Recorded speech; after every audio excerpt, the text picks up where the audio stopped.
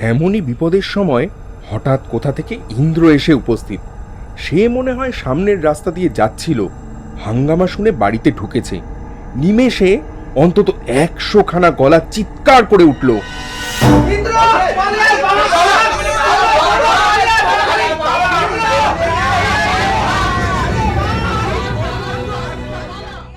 নমস্কার, এই অডিও স্টোরিটি কথা সাহিত্যিক শরৎচন্দ্র চট্টোপাধ্যায়ের অমর সৃষ্টি শ্রীকান্ত উপন্যাসের প্রথম পর্বের ছিনাদ বহুরূপী অংশ অবলম্বনে নির্মিত। মূল গল্পের কাহিনী, ভাব, চরিত্র ও সাহিত্যিক মর্মার্থ অক্ষুণ্ণ রাখার সর্বোচ্চ চেষ্টা করেছি। তবে বর্তমান প্রজন্মসহ সকল শ্রোতার কাছে গল্পটিকে আরও সহজ, সাবলীল ও শ্রুতিমধুর করে উপস্থাপনের উদ্দেশ্যে ভাষা, শব্দচয়ন এবং কিছু সংলাপের বিন্যাসে সামান্য সরলীকরণ করা হয়েছে। এই সরলীকরণগুলি কেবলমাত্র উপস্থাপনার সুবিধার্থে, মূল সাহিত্যকর্মের ভাব, উদ্দেশ্য বা মর্যাদা পরিবর্তনের জন্য নয়। আমরা আন্তরিকভাবে আশা করব গল্প, কবিতা এবং এর এই পরিবেশনা আপনাদের শরৎচন্দ্রের কালজয়ী সৃষ্টিকে নতুনভাবে উপভোগ করার সুযোগ করে দেবে এবং মূল রচনাটি পড়ার আগ্রহ জাগিয়ে তুলবে। তাহলে শুরু করা যাক।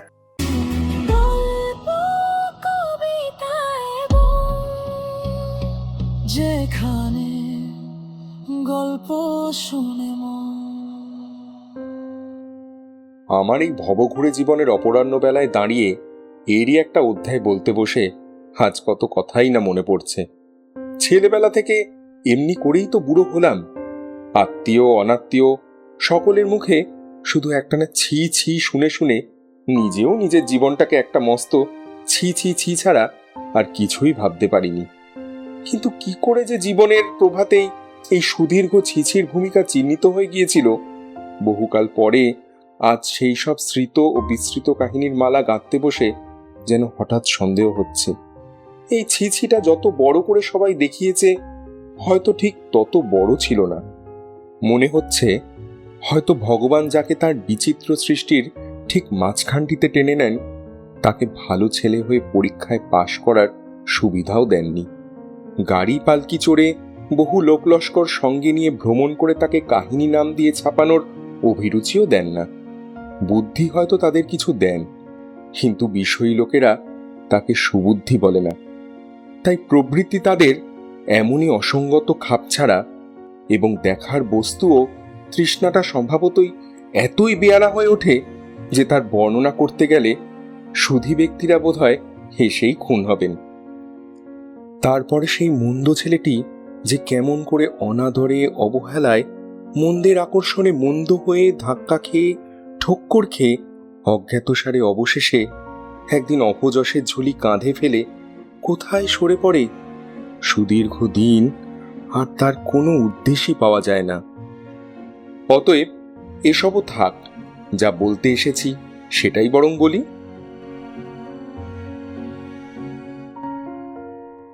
আজ আমার সেই দিনের অনেক কথাই মনে পড়ছে। সেদিনের রাতটা যেমন গরম তেমনি অন্ধকার। কোথাও গাছের একটি পাতা পর্যন্ত নড়ে না। ছাদের ওপর সবাই শুয়েছিলাম। 12টা বাজে, তবুও কারো চোখে ঘুম নেই। হঠাৎ কি মধুর বাঁশির সুর কানে এসে লাগলো।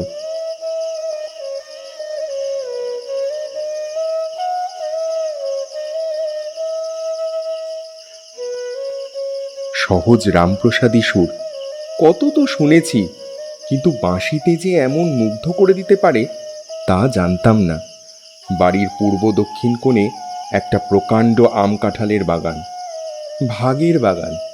অতএব কেউ খোঁজ খবর নিত না। সমস্ত বাগান নিবিড় জঙ্গলে পরিণত হয়ে গিয়েছিল। শুধু গরু বাছুরদের যাতায়াতে সেই বনের মধ্য দিয়ে সরু একটা পথ পড়েছিল। মনে হলো যেন সেই বনপথেই বাঁশির সুর ক্রমশ কাছাকাছি এগিয়ে আসছে। সেই একইভাবে বসে আছি, এমন সময় পিসিমা হাঁক পারলেন, এই খেতে আয় সব।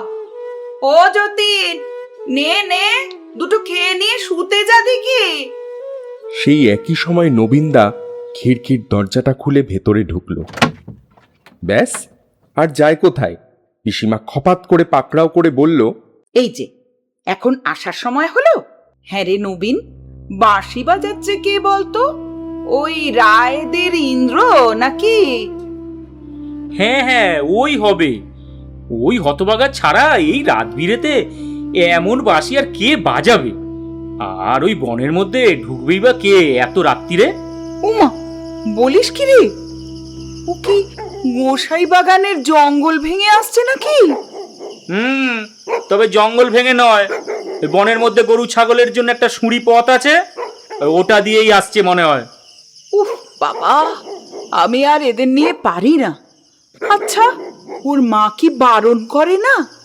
গোসাই বাগানে কত লোক সাপের কামড়ে মরেছে তার সংখ্যা নেই। আচ্ছা, ওই ছোড়া এত রাত্রির হতে চললো, এখন জঙ্গলে কেন? আর কেন, ওপাড়া থেকে এপাড়ায় আসার ওইটাই সোজা পথ। আর যার ভয় নেই, প্রাণের মায়া নেই, সে কেন বড় রাস্তা ঘুরে আসতে যাবে মা? ওর খালি শিগগির আশা নিয়ে দরকার। তা সে নদী নালাই থাক আর সাপখোপ বাঘ ভাল্লুকি থাক।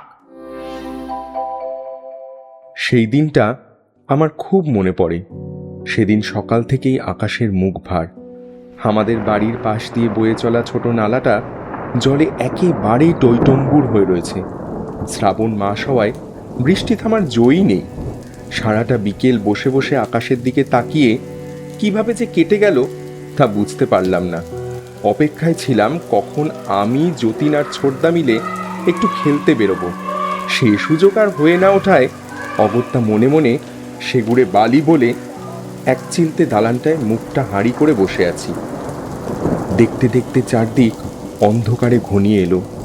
এদিকে নবীনের উদ্দেশ্যে পিসিমা আবার হেঁকে বলেন, ও বাপধন, শোন এদিকে। আচ্ছা, ওদিকে যে মেজো বার দুই এন্ট্রান্স ফেল করে বসে আছে, একবার ভেবে দেখ দিকিনি অবস্থা খানা। কেন? এবারের জন্য তো পড়াশোনা করছে, আর ছোটগুলোকে পড়াবার দায়িত্বও তো নিয়েছে। ওই তো নিচে বৈঠকখানা করে সন্ধ্যাবেলা ঘন্টা দুয়েক এখন শ্রীকান্তদের পড়াচ্ছে। নিজে বারে বারে ফেল করছে, তাকে তুই দিয়েছিস ছোটগুলোর খবরদারি করতে? ভালো দেখে একটা মাস্টার ঠিক কর দিকি। ওনার তো আবার এসব দিকে কোনো কালেই তেমন নজর নেই। এই দেখ না, এই ভর সন্ধেবেলা বসে বসে কেমন নাক ডাকাচ্ছেন। এই এই কি গো, তোমার ঘুম হলো? শুনছো, ঘুম হলো? আরে সবর করো, দিও না।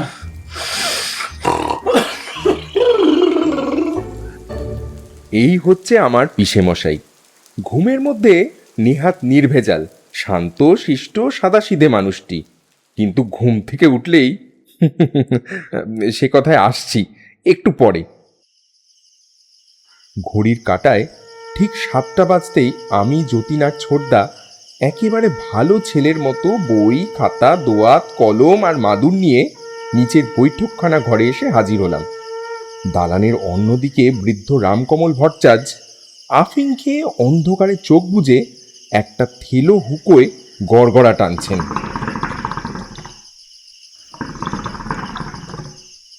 মেজদার এখনো দেখা নেই।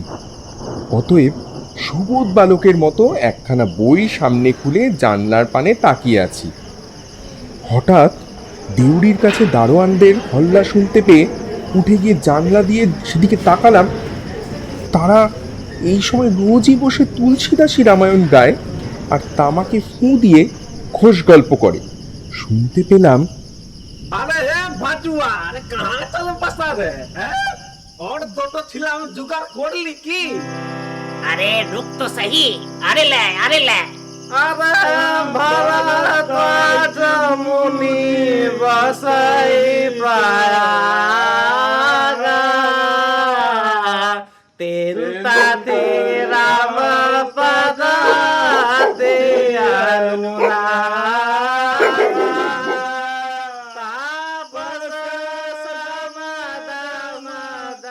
হঠাৎ করে মেজদা বৈঠকখানা ঘরে ঢুকে পড়ে। ঢুকে পড়েই কড়া চোখে শাসনের ভঙ্গিতে সবার দিকে তাকায়। তারপর রাগী রাগী গলা করে চোখ পাকিয়ে আমাদের উদ্দেশ্যে বলে, এই যে কটা বাজে খেয়াল আছে?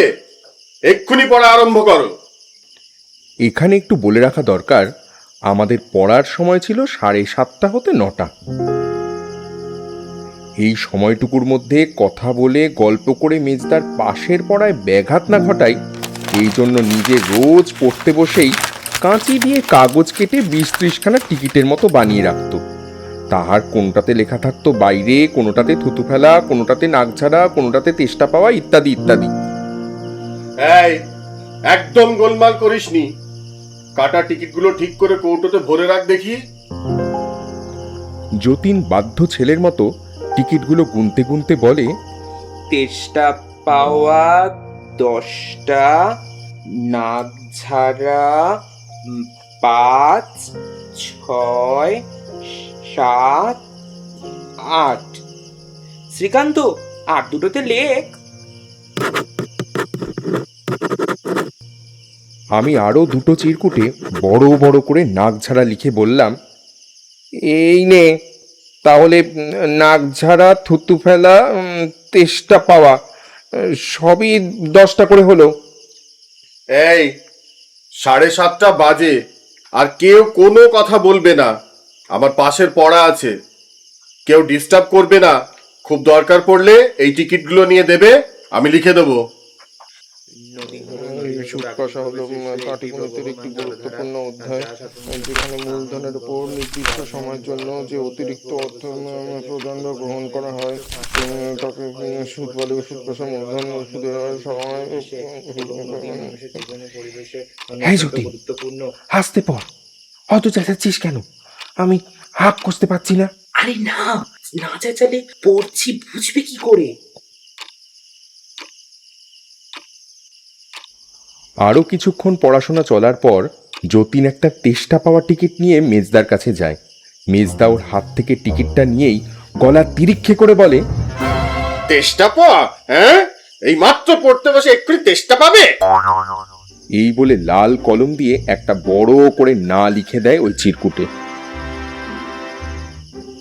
যতীন বেচারা ফেরত দেওয়া চিরকুটটা না দেখেই আবার জিজ্ঞেস করে ওঠে, জল খেতে যাব না? চুপ, জাগিয়ে পড়, ডিস্টার্ব করিস না।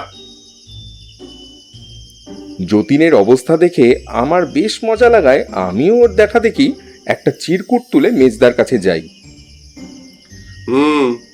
নাক ঝাড়তে পারো। 7:41 থেকে 44। ছুটি পেয়ে টিকিট হাতে উঠে যেতেই ছোটদা থুতু ফেলা টিকিট পেশ করলো। মেজদা না লিখে দিল। কাজেই ছোটদা মুখ ভারী করে মিনিট 2 বসে থেকে তেষ্টা পাওয়া আর্জি দাখিল করে দিল। এবারে মঞ্জুর হলো। মেজদা ঘড়ি দেখে সময় মিলিয়ে একটা খাতা বের করে সেই টিকিট গঁদ দিয়ে এঁটে রাখলেন। এইভাবে মেজদার অত্যন্ত সতর্কতায় এবং সুশৃঙ্খলায় আমাদের এবং তার নিজের কারোরই এতটুকু সময় নষ্ট হবার উপায় ছিল না। রোজ এই 1.5 ঘন্টা সময় অতিশয় বিদ্যাভ্যাস করে রাত 9টার সময় আমরা যখন বাড়ির ভিতরে শুতে আসতাম, তখন মা সরস্বতী নিশ্চয়ই ঘরের চৌকাঠ পর্যন্ত আমাদের এগিয়ে দিয়ে যেতেন এবং পরদিন স্কুলে ক্লাসের মধ্যে যে সকল সম্মান সৌভাগ্য লাভ করে ঘরে ফিরতাম সে তো আপনারা বুঝতেই পারছেন। কিন্তু মেজদার দুর্ভাগ্য, তার নির্বোধ পরীক্ষকগুলো তাকে কোনোদিন চিনতেই পারল না। নিজের এবং পরের বিদ্যা শিক্ষার প্রতি এরূপ প্রবল অনুরাগ, সময়ের মূল্য সম্বন্ধে এমন সূক্ষ্ম দায়িত্ববোধ থাকা সত্ত্বেও তাকে বারংবার ফেলই করিয়ে দিতে লাগলো। হয়তো এটাই অদৃষ্টের অন্ধ বিচার। যাক, এখন আর সে দুঃখ জানিয়ে কি হবে। আমি বাইরে গিয়ে নাক ঝেড়ে একটু পরে আবার ফিরে এসে যতীনকে উদ্দেশ্য করে বললাম, সমস্ত টিকিট এই খাতায় সাঁটা আছে। রবিবার দিন সব তলব হবে, কে কত ফাঁকি মেরেছ। যতীন আবার একটু পরে কাঁচুমাচু মুখে আবার মেজদার কাছে গিয়ে বলে, ও মেজদা, বলো, কি সমস্যা? ভূগোলে জলরাশি পড়তে পড়তে তেষ্টা পেয়ে গেল তো।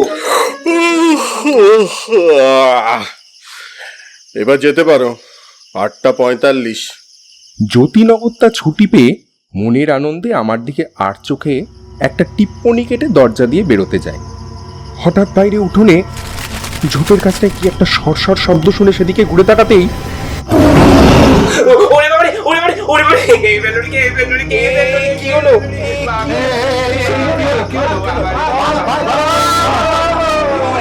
কে ফেললো রে? কি হলো? কি হলো? এত চেঁচামেচি কেন? চেঁচামেচি কেন? বাঘ! বাঘ! ওরে বাবা রে! এই কোথায় রে? ও এই ওরে ও কিশোরী! ওরে মা, ওরে বাবা, দেখি রে ভালাই বাবা। এই সব ঘরে ঢোকো, সব ঘরে ঢোকো। আরে তুমি শুনছো? আরে দরটা লাগাও, আগলটা তোলো। ঠেলাঠেলি করে বাইরে গিয়েই দেখি পিসে মশাই তার 2 ছেলেকে বগলে চেপে ধরে তাদের অপেক্ষাও তেজে চেঁচিয়ে বাড়ি ফাটিয়ে ফেলতে শুরু করেছেন। এ যেন 3 বাপ বেটার কে কতখানি হাঁ করতে পারে তারই লড়াই চলছে। ডাকু ডাকু এ চোর চোর এ ডাকু রে এ দৌড়ে ভাগ দে রুক সালা রুক तुमको बस्ता लेकर पकड़ेगा रे बाबा ए रुक साला डाकू डाकू डाकू आ गया पकड़ो भाई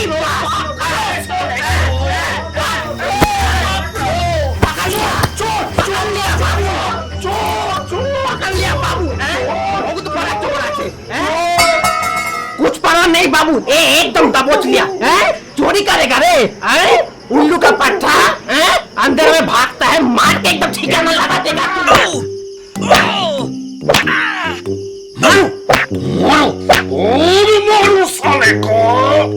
আরে এর মধ্যে আবার চোর ঢুকলো কোথা থেকে? এই যতীন, আলোটা নিয়ে আয় তো। এই কিশোরী, বস্তাটা তোল, চাঁদ বদলটা দেখা একবার সবাইকে। মুহূর্তকাল মধ্যে আলোয় চাকর বাকরে ও পাশের লোকজনে উঠোন পরিপূর্ণ হয়ে গেল। দরওয়ানরা চোরকে মারতে মারতে আধমরা করে টেনে আলোর সম্মুখে ধাক্কা দিয়ে ফেলে দিল। ব্যাস, আর যায় কোথায়? তখন চোরের মুখ দেখে বাড়ি শুদ্ধ লোকের মুখ শুকিয়ে গেল। এ কি, এ যে ভরচাঁদ মশাই! এরা আমাকে খুব মেরেছে। তোদের আক্কেল বলি হারি, দেখেছো কাণ্ড? ওরে জল পাখা নিয়ে আয়। ओए ओए ओए बाजुआ के वास्ते जाओ जाओ पानी पंखा लाओ थोड़ा सब पाई जा पानी पंखा लेके आओ जाओ जुट्टे सब एक একটা তা মশাই, আপনি হঠাৎ করে ওরম দেউড়ির দিকে পালাতে গেলেন কেন?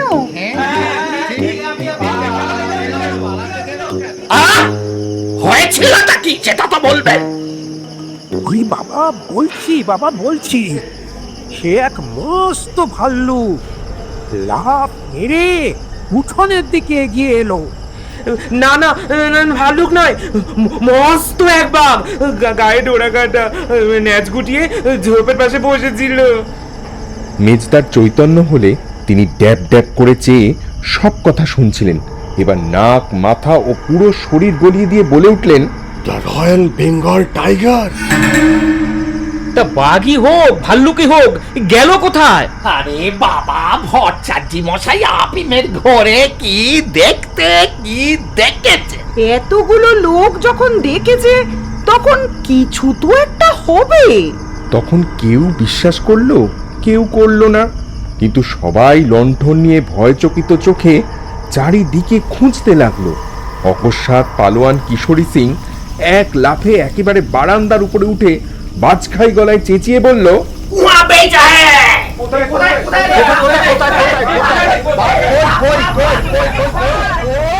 তারপর সেও এক ঠেলাঠেলি কাণ্ড।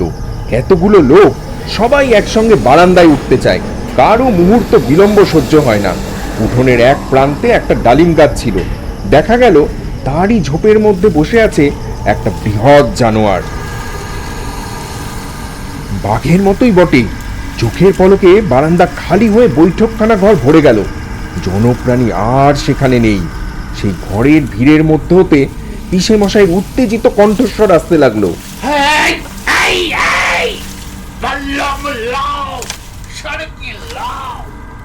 আমাদের পাশের বাড়ির গগনবাবুদের একটা মুঙ্গেরি গাদা বন্দুক ছিল, লক্ষ্য সেই অস্ত্রটার উপর।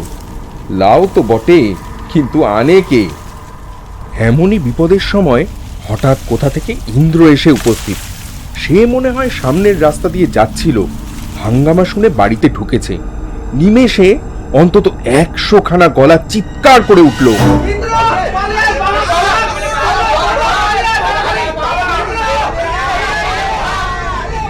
প্রথমটা সে থতমত খেয়ে ছুটে এসে ভেতরে ঢুকলো, কিন্তু ক্ষণকাল পরেই ব্যাপারটা শুনে নিয়ে একা নির্ভয়ে উঠোনে নেমে গিয়ে লণ্ঠন তুলে বাঘ দেখতে লাগলো। দেখি একটু লণ্ঠনটা।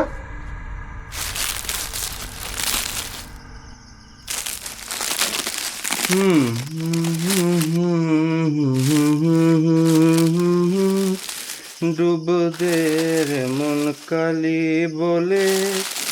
দোতলার জানলা থেকে মেয়েরা রুদ্ধ নিঃশ্বাসে এই ডাকাত ছেলেটার পানে চেয়ে দুর্গা নাম জপতে লাগলো। পিসিমা তো ভয় কেঁদেই ফেললেন। নিচে ভিড়ের মধ্যে গাদাগাদি করে দাঁড়িয়ে হিন্দুস্তানি সেপাইরা তাকে সাহস দিতে লাগলো এবং এক একটা অস্ত্র পেলে তারাও নেমে আসে এমন আভাসও দিল। বেশ করে কিছুক্ষণ ঝোপের দিকে তাকিয়ে দেখে ইন্দ্র হঠাৎ বলে উঠল, এই দেখো, এই যে দেখছি পুরো খেপার হাট বাজার। वो क्या चीज है? খেপার হাট বাজার মা তোদের, খেপার হাট বাজার, খেপার হাট বাজার মা তোদের, খেপার হাট বাজার। কর্তা যিনি খেপা তিনি, খেপার মূলাধার মাতারা, খেপার মূলাধার। কর্তা যিনি খেপা তিনি, খেপার মূলাধার মাতারা, খেপার মূলাধার। এবার রামপ্রসাদকে ভব ঘোরে করতে হবে পার, এবার রামপ্রসাদকে ভব ঘোরে করতে হবে পার। খেপার হাট বাজার মা তোদের, খেপার হাট বাজার, খেপার হাট বাজার মা তোদের। দারিকা বাবু, এ মনে হয় বাঘ নয়। অমনি ঝোপের মধ্যে থেকে চটাপট শব্দ করে বড় সড়ো একটা ডোরা কাটা জানোয়ার, মানে দি রয়্যাল বেঙ্গল টাইগার, দু পায়ে মানুষের মতো দাঁড়িয়ে দুই হাত জোর করে একেবারে মানুষের মতো কাঁদো কাঁদো গলায় বলল, না বাবু মশাই, না, আমি বাঘ ভাল্লুক নই। আমি আগে হলাম গিয়ে চীনার বহুরূপী।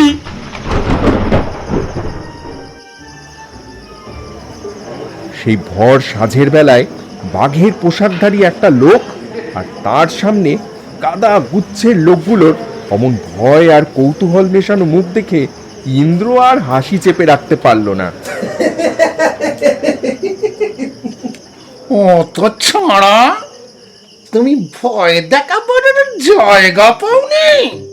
ভট্টাচার্য মশাই ভূত দেখার মতো চোখ বড় বড় করে তাকিয়েছিলেন। এইবার কাঁচা গুটিয়ে খড়ম হাতে ছুটে এসে গলা তিরিক্ষে করে বললেন, হারামজাদা, তোর লেজ ছিঁড়ে নেব। এই এই ভজুয়া, শালা को कान पकड़ के लेके आओ। কিশোরী সিং তাহাকে সর্বাগ্রে দেখেছিল, সুতরাং তারই দাবি সর্বাপেক্ষা বেশি বলে সেই গিয়ে তার কান ধরে হিড় হিড় করে টেনে আনলো। ভট্টাচার্য মশাই তার পিঠের উপর খড়মের এক ঘা বসিয়ে দিয়ে রাগের মাথায় হিন্দি বলতে লাগলেন, এই হারামজাদা বজ্জত के वास्ते আমার কতর চূর্ণ হয়ে গয়া।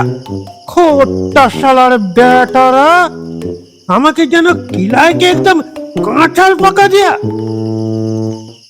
ছিনাতের বাড়ি বারাসাতে। সে প্রতি বছর এই সময়টায় একবার করে রোজগার করার জন্য গ্রামে আসে। কালও এ বাড়িতে সে নারদ সেজে গান শুনিয়ে গিয়েছিল। পিসেমশাই হুঙ্কার দিয়ে বলে, সাজবাড়ার জিনিস পাওনি? বাঘ সেজে সকলকে ভয় দেখিয়ে বেড়াচ্ছ। না না, ভট্টাচার্য মশাই, ও বাবু মশাই, ছেলেরা এমনি করে ভয় পেয়ে আলো উল্টিয়ে অমনি কাণ্ড ঘটিয়ে ফেলবা, জানবো কি করি। আমিও ভয় পেয়ে ওই সোপের আড়ালে গিয়ে লইকা বসেছিনু, পরে সাজ দেখিয়ে দুটো পয়সা পাবো ভেবেছিনু, কিন্তু গন্ডগোল এত বেড়ে যাবে ভাবিনি, সাহস পেলুমনি যে বেরিয়ে এসে সকলকে সাজ দেখাবো। থাক, আর কাঁদুনি গাইতে হবে না, বেটা পাজি নচ্ছার। বাবু মশাই, মাফ করে দেন, অনেক শিক্ষা হয়েছে, আর কোনোদিন বাঘ সাজবনি বাবু। ছিনাদ কাকুতি মিনতি করতে লাগলো, কিন্তু পিসে মশাইয়ের আর রাগ পড়ে না। বেটাকে আচ্ছা করে আগা 5 তলা চাবুক মারতে পারলে তবে আমার রাগ কমে। পিসের অমন গাল ফুলো হুলো বেড়ালের মতো আক্রোশ দেখে বাড়ি শুদ্ধ লোক ব্যাপারটা বেশ উপভোগ করতে থাকে। অগত্যা পিসিমা নিজে উপর থেকে নেমে এসে বললেন, থাক বাপু, তোমাদের ভাগ্যি ভালো যে সত্যিকারের বাঘ ভাল্লুক বের হয়নি। যা বীর পুরুষ তোমরা, তোমাদের দরওয়ানরা। ছেড়ে দাও বেচারাকে, আর দূর করে দাও দেউড়ির ওই খোট্টাগুলোকে, যত সব ছাতু খোর। ছেড়ে দিলেই হলো। না তো কি, একটা ছোট ছেলের যা সাহস, এক বাড়ি শুদ্ধ লোকের তা নেই। দূর করে দাও ওই দেউড়ির পেট মোটাগুলোকে। नहीं माँ जी, আমি গরিব আদমি আছি। পিসে মশাই কোনো কথাই শুনলেন না, বরং পিসিমার এই অভিযোগে চোখ পাকিয়ে এমন একটা ভাব করলেন যেন ইচ্ছা করলেই তিনি এই সকল কথার যথেষ্ট সদুত্তর দিতে পারতেন, কিন্তু স্ত্রীলোকের কথার উত্তর দিতে যাওয়াই পুরুষ মানুষের পক্ষে অপমানকর। তাই এমন ভাবটি করে আরও গরম হয়ে হুকুম দিলেন, না, বেটাকে শিক্ষা দেওয়া দরকার। এই বেটার লেজ কেটে নে তো। কিশোরী সিং। জি হুজুর। বলা মাত্র দুই দারোয়ান দুই দিক হতে একজন বাঘের 2 হাত এবং আরেকজন বাঘের ল্যাজ চেপে ধরল। বাঘের গলা দিয়ে সুমিষ্ট স্বর বেরোতে লাগলো। ও ও বাবু গো, এই লেজটা বড় ভালো ছিল গো, এই গরমে বাতাস করার কাছে আসতো। চুপ, আবার কথা। এই ভজুয়া, ও লেজটা কেটে ওকে ভাগিয়ে দে তো। তখন তার সেই রঙিন কাপড় জড়ানো সুদীর্ঘ খড়ের ল্যাজখানি কেটে নিয়ে তাকে তাড়িয়ে দেওয়া হলো। পিসিমা উপরের বারান্দা থেকে রাগ ও হাসি উভয় মেশানো গলায় বললেন, থাক থাক বাপু, রেখে দাও, তোমার ওটা অনেক কাজে লাগবে। এমন সময় হঠাৎ ভিড়ের মধ্যে কোথা হতে ইন্দ্র বেরিয়ে এসে আমাকে জিজ্ঞাসা করলো, তুই বুঝি এই বাড়িতে থাকিস শ্রীকান্ত? হ্যাঁ, তুমি এত রাত্রিরে কোথায় যাচ্ছ? রাত্রি আবার কোথায় রে, এ তো সবে সন্ধে। আমি যাচ্ছি আমার ডিঙিতে মাছ ধরতে, যাবি? রে বাবা, এত অন্ধকারে ডিঙিতে চড়বে? ভয় কি রে, সেই তো মজা। তাছাড়া অন্ধকার না হলে কি মাছ পাওয়া যায়? সাঁতার জানিস? খুব জানি। চল তাহলে। বলে সে আমার একটা হাত ধরল। আমি আর কথা কইলাম না, তার হাত ধরে নিঃশব্দে রাস্তার ওপর এসে উপস্থিত হলাম। ইন্দ্র আনমনে বলতে লাগলো, আসলে একটা সমস্যা হলো, আমি এত স্রোতে ঠিক একা বইটা বইতে পারিনি, তাই এরকম কাউকে খুঁজছি যে ভয় পায় না। প্রথমটা আমার নিজেরই যেন বিশ্বাস হলো না, আমি সত্যি এই রাতে নৌকায় চলেছি। কারণ যে আহ্বানে এই স্তব্ধ নিবিড় মাঝরাতে বাড়ির সমস্ত কঠিন শাসনপাশ তুচ্ছ করে দিয়ে একলা বাড়ির বাইরে বেরিয়ে এসেছি, সে যে কত বড় আকর্ষণ তা তখন বিচার করে দেখবার আমার সাধ্যই ছিল না। মাঠের ধারের আল পেরিয়ে একটু পরেই গোসাই বাগানের সেই বনের পথের সামনে এসে উপস্থিত হলাম এবং ইন্দ্রকে অনুসরণ করে স্বপ্নাবিষ্টের মতো সেই বন অতিক্রম করে অবশেষে নদীর পাড়ে পৌঁছলাম। নদীর ছলাৎ ছলাৎ শব্দে মনের ভয় কেটে গিয়ে সেখানে নতুন উদ্যম দেখা দিল। ইন্দ্রর দিকে তাকিয়ে শ্রীকান্ত দেখল সে তার দিকে তাকিয়ে মৃদু মৃদু হাসছে, এবং সেটা আনন্দ বা দুঃসাহস যে কোনো একটার জন্যই হোক তার চোখ দুটি সেই অন্ধকারেও একবার ক্ষণিকের জন্য জ্বলে উঠল।